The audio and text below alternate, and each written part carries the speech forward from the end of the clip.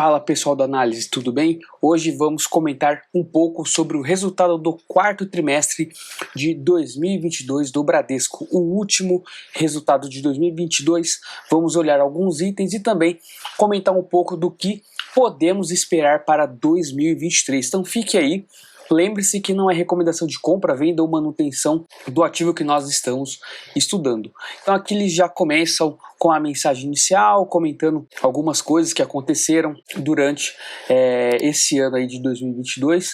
E aqui nós temos algumas informações, como podemos ver aqui o lucro recorrente de 20 bi, a carteira expandida que teve seu crescimento, a margem com clientes que cresceu, aqui a parte de seguro e previdência e capitalização, que foi um dos principais itens desse quarto trimestre. Acho que foi, de fato, o segmento dentro do banco que realmente brilhou.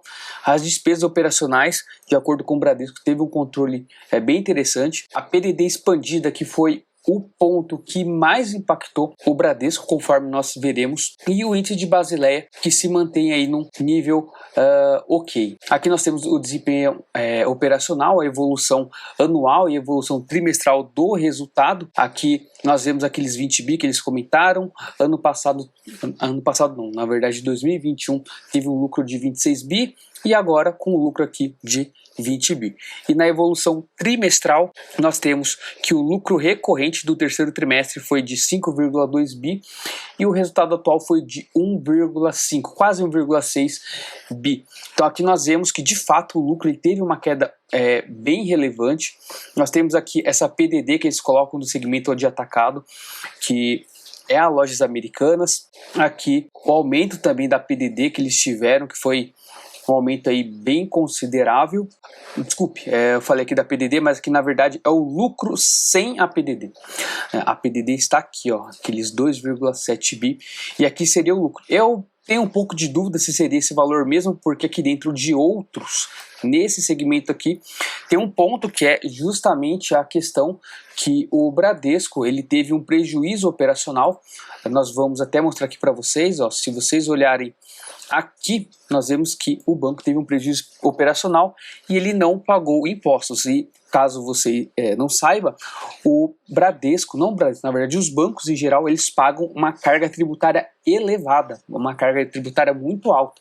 Aqui como não teve prejuízo, eles tiveram uma restituição de impostos. Eu vejo que se ele tivesse tido lucro, ele não teria aqueles 4 bi conforme eles acabam colocando ali. Eu imagino que o lucro do banco seria algo ali por volta de 2 bi e meio, 2 e alguma coisa. Mais ou menos nessa faixa aí. Não acredito que seria esses 4 bi cheio que eles vêm colocando, mas a realidade hoje que nós temos aqui, o banco ele teve um lucro aqui de quase 1,6 bi. 6 bilhão.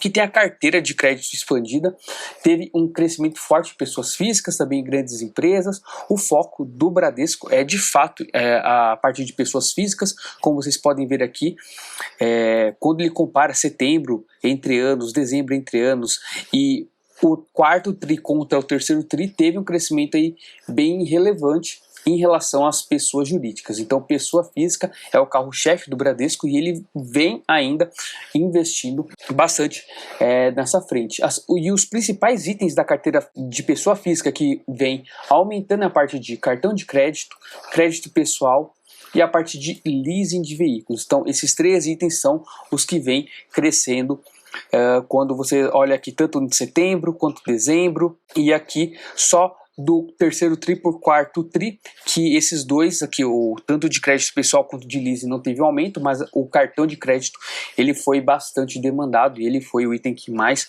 acabou sendo utilizado durante todo esse ano de 2022. A PDD é o ponto que de fato acabou preocupando algumas pessoas. Aqui eles colocam aqui a PDD, cliente segmento varejo, que nós sabemos que é as Lojas Americanas. Aqui a provisão que eles fizeram, de acordo com os relatórios do quarto trimestre, eles comentaram que eles já fizeram uma provisão de 100%, ou seja, o crédito dos clientes, eles são divididos, eles têm um rating dentro dos bancos, que ele é dividido de AA ou duplo A até H.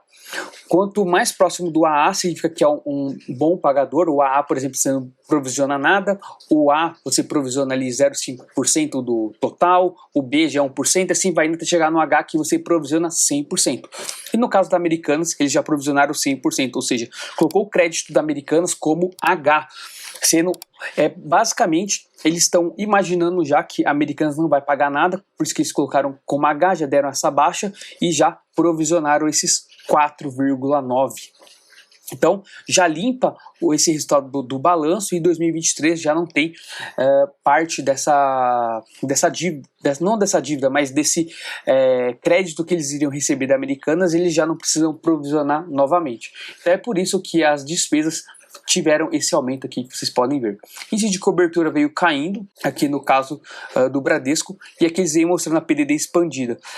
A despesa com PDD ela já veio maior mesmo em relação aos outros trimestres, sem considerar o caso da Americanas, porque essa PDD já veio de 10 bi. Eles fizeram um complemento de mais 4 bi aqui, que vocês podem ver, chegando nesses 14,8 bilhões de reais. Então foi uma PDD muito grande, muito elevada, que impactou bastante o resultado. E aqui, como vocês podem ver, a provisão de devedores duvidosos também acabou aumentando. Assim, o ponto positivo é que eles já provisionaram aí 100%. Em questão de inadimplência, nós vemos que vem subindo. Se vocês olharem o resultado dos outros bancos, também vocês verão algo bem parecido. A inadimplência acima de 90 dias, ó, ela vem crescendo em todas as frentes. A única exceção aqui são grandes empresas, mas provavelmente já no primeiro trimestre de 2023 nós veremos esse aumento aqui, pelo caso da Americanas, já que ela não vai pagar, mas os demais itens, ó, micro, a pessoa física e o total, né, que é o somatório de tudo, vem aumentando. De 15 a 90 dias também vem seguindo aqui, ó, o mesmo caminho. E aqui o NPL Creation também teve um aumento aqui, que é justamente quando alguém deixa de pagar. Eles verificam as pessoas para quem eles emprestam, né? E eles veem quem não está pagando. Quem não paga, esse NPL Creation, que é de Non-Performance Loan, ou seja, os empréstimos que o banco fez e que acabou que aquela pessoa não pagou, e ela começa a se tornar ali um devedor que o banco tem que olhar com um pouco mais de cuidado. Então aqui nós vemos que acabou subindo também. Aqui nós vemos a política de crédito. Um ponto importante aqui, ó, menor aprovação em função dos modelos de concessão de acordo alinhados ao apetite de risco. Nós vemos que de fato o cenário está muito mais difícil. Os juros que estão elevados e ainda vão continuar elevados por um período. Já se especula que essa taxa de juros não vai chegar a um dígito até o final de 2024, por exemplo. Cada ente financeiro dá o seu palpite, mas as taxas de juros, por exemplo, desse ano, que se previa aí uma queda considerável, já não vai ter essa queda.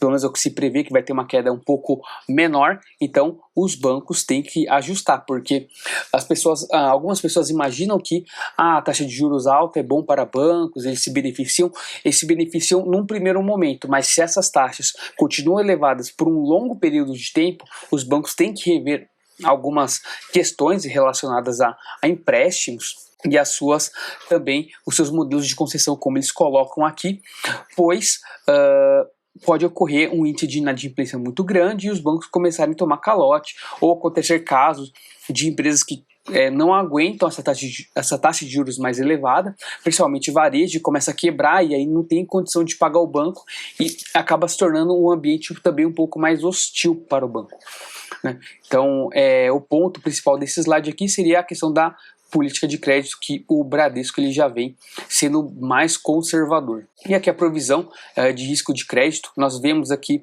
que sem o caso da Americanas nós teríamos aqui 27 bi e somando daria 32 bi. O que chamou a atenção também é que para 2023 o estimado está em 38 bi. Se nós tirarmos aqui o caso da Americanas, colocarmos que seria só esse 27, de 27 para 38 nós temos aproximadamente 40% a mais de PDD. Então é um aumento bem considerável e isso acaba impactando no lucro da empresa, ali no resultado final da companhia. A carteira renegociada, eles conseguiram aqui renegociar quase 61%. Em relação a créditos que estavam com atraso menor que 90 dias. Isso acaba também reduzindo um pouco a inadimplência, porque aquele cliente poderia ficar inadimplente e o banco já acabou renegociando aquele crédito. As margens financeiras, nós temos a margem financeira, a margem que é dividida em margem com o cliente e margem com o mercado. A margem com o mercado é um ponto que veio chamando a atenção agora em 2023, que é basicamente as operações de tesouraria do banco, e nós vemos que em 2022 ela não teve uma operação muito boa, sendo que ela causou alguns prejuízos que também impactou o resultado do banco, mas a margens com o cliente, ela teve um crescimento aí de ano contra ano, como vocês podem ver aqui, mas aqui em relação ao último trimestre, o terceiro trimestre contra o quarto trimestre, já teve aqui uma pequena redução, mas no geral ela veio relativamente boa. O que pegou mesmo foi aqui a margem com o mercado, que é a parte de operação de tesouraria. Aqui basicamente o que nós temos aqui é esse gráfico que também dá a margem financeira. Nós vemos aqui o quanto que ela evoluiu em relação aqui, por exemplo, também a Selic. Uma coisa que nós podemos ver é que sensivelmente ali do final de 2021 até o período atual, a margem financeira, que é a soma de clientes com o mercado, ela teve uma leve reduzida, e vamos ver como vai ser em 2023, se o banco vai conseguir entregar esse resultado.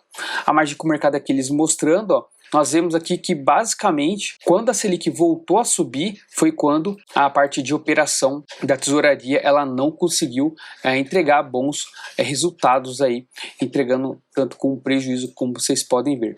Receita de serviços, o banco ele vem crescendo ainda na parte de serviços. Nós vemos que no total teve crescimento de 2022 contra 2021 de 4,7, aqui 4,4 quando comparados os quartos trimestres, e contra o trimestre anterior cresceu 4,5.